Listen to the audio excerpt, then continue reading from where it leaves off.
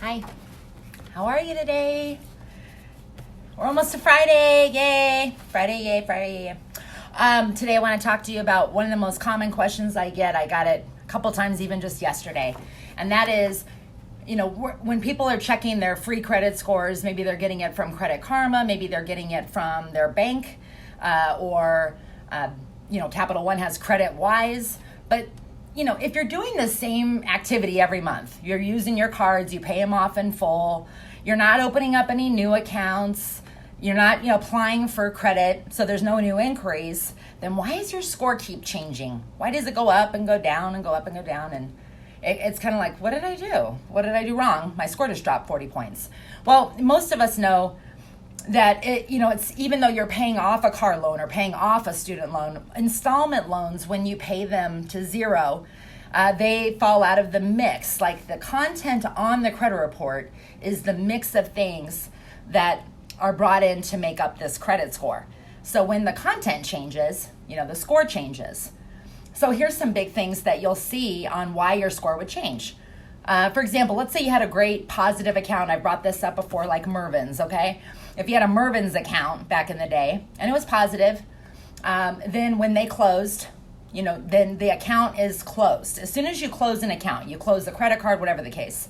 If it was a positive account, it's going to stay on your credit for the next 10 years. So when Mervyn's, closed about 10 years ago. So as soon as it fell off the credit, my score dropped because I was like, wow, I just lost all of that length of history from when I originally opened the Mervyn's account, which was like in 1989 or something crazy. I don't even think I was old enough then, but still, a long time. So you'll see a lot of the positive good accounts that are at zero balances, but they're still on the credit report. Those fall off if you were always positive and didn't go late on them after 10 years.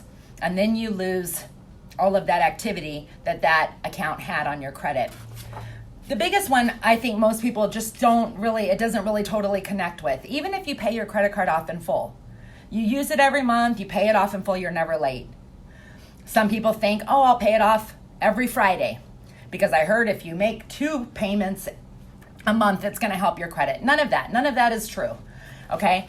What is true is that there is one day of the month that each of your credit card companies report your balance. And it's different for everybody. So it's not just because they report my balance on the 19th with Capital One, does Chase do that?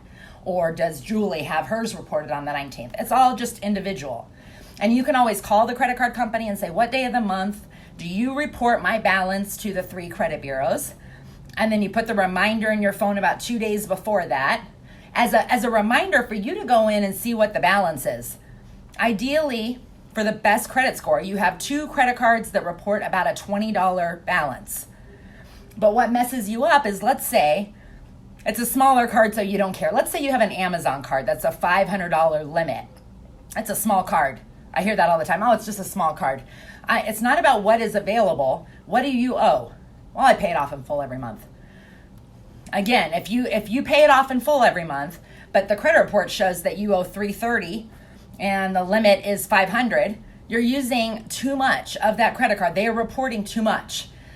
You can look at any one of your credit cards, and whatever the limit is on the credit card, a little rule of thumb, drop the last digit, and that is really the amount you never want to carry over into the next month. Okay, to have the best credit score possible, you want to really just have 2 open credit cards that report about a $20 balance. The rest of the credit cards, you can time it to where 2 days before they report your balance, those ones you can make sure it's a 0 balance. But ideally, you just got to get in that timing thing. Let's say that you paid your credit card off every single Friday. And then you called your credit card company and they said, yeah, we do it on the 12th is when we report your balance every month. And let's say the 12th falls on Thursday. Then they report that you owe $900 out of $1,000. And the next day after they report for the one time for the month, the next day, you pay it off. But nobody cares and nobody knows that because they're not going to report your balance again to the 3 credit bureaus until the following month.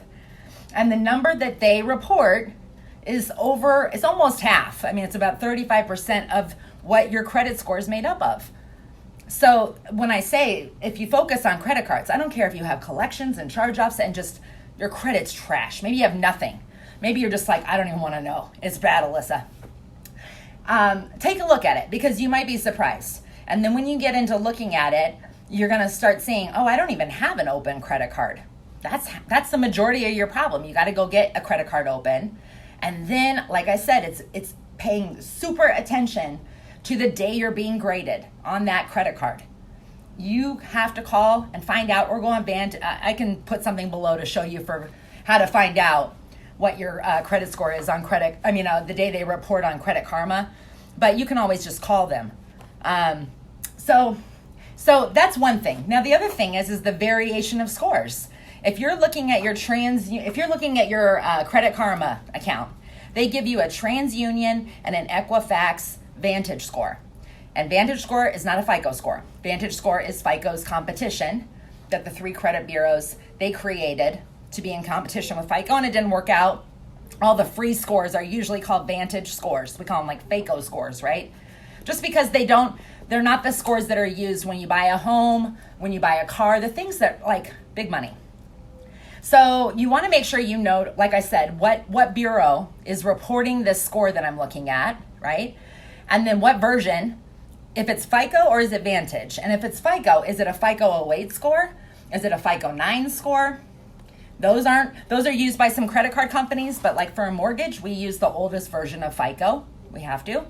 And we're going to go off the middle of the 3 different credit bureaus. And they're 3 separate companies.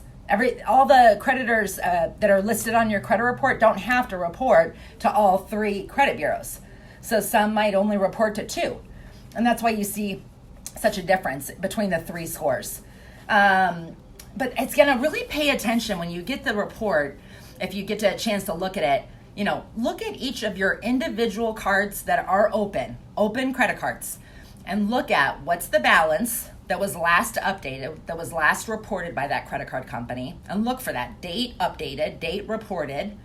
What's this content I'm looking at, right? What's the balance they list?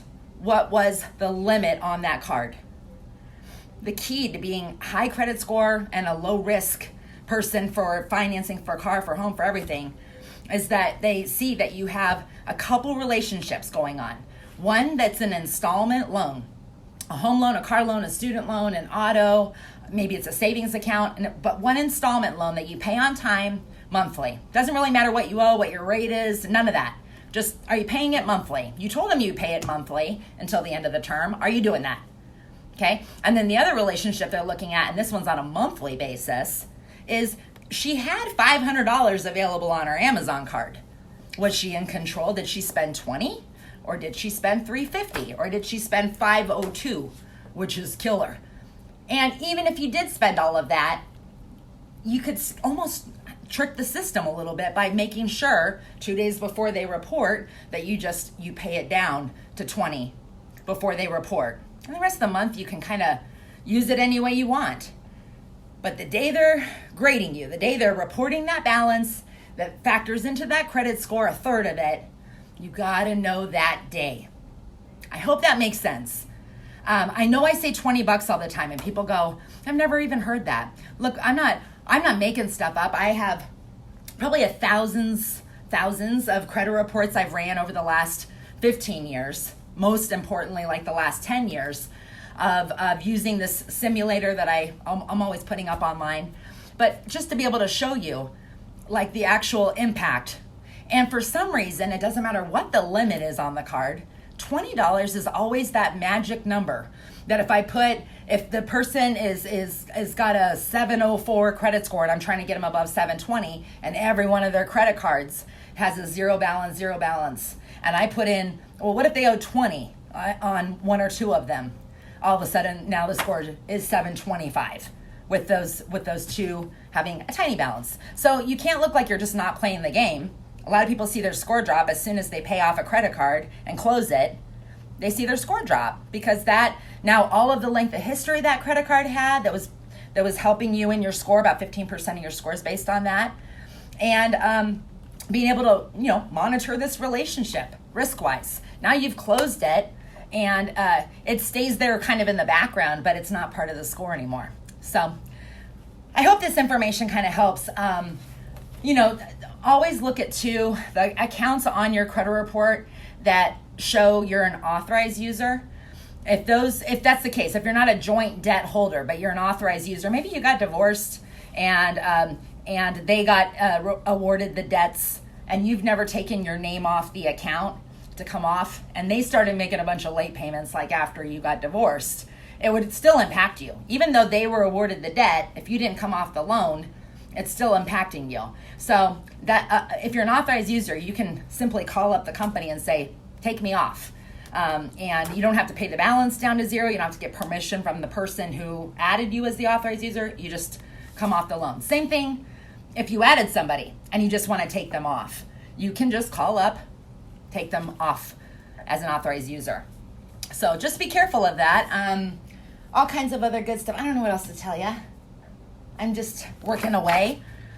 I can't say rates are low, but rates are crazy low. So I mean, it's been really, really busy with all the down payment assistance programs. There's really no excuse if you want to buy a home these days. There's no excuse for you to not, because you don't necessarily not have to come up with any money for the down payment. Have the sellers cover your costs. If your credit's not there and you talk to me, then we can get a little plan going. You could be ready in 2 days. I mean, it's pretty fast and pretty simple once you get down to what's really going on. Don't do the guessing game. Don't do I see all these collections, I'll just take care of it on my credit. I'm going to start from the beginning and I'm just going to start calling all these collections and paying them. Don't do that. There's a way to go about it, and things that you need to say that you can't go back always later and say, oh, I didn't mean to pay this without asking you to give me a letter of deletion removing this from credit. And now they've just updated the balance on your credit to a 0 instead of owing money on this collection. Doesn't come off your credit, stays there. It's still impacting your score because you can't make a bad account good again. The only negotiation for getting rid of a collection off your credit is to get them to delete it. Get them to delete it. I'll give you money, you delete it. If they won't, if it's paid in full, they try to trick you and say, I'll just give you like a paid in full letter. Yes, you'll get this letter. You'll get this settlement letter. It'll show a 0 balance. That's not what you want. That could take a collection that was like 5 years old, update the balance to 0, which moves the date of last activity up to now. Everything that has really updated in the last 24 months is what's really impacting your score the most. Okay, 5 years ago, now it's kind of out of the mix. Now you just brought it back in by paying it. So hope that makes sense. If I can help with anything, let me know. I always have something like on me. So if I do, just ignore. Anyway, hope you have a great day. Let me know if I can help.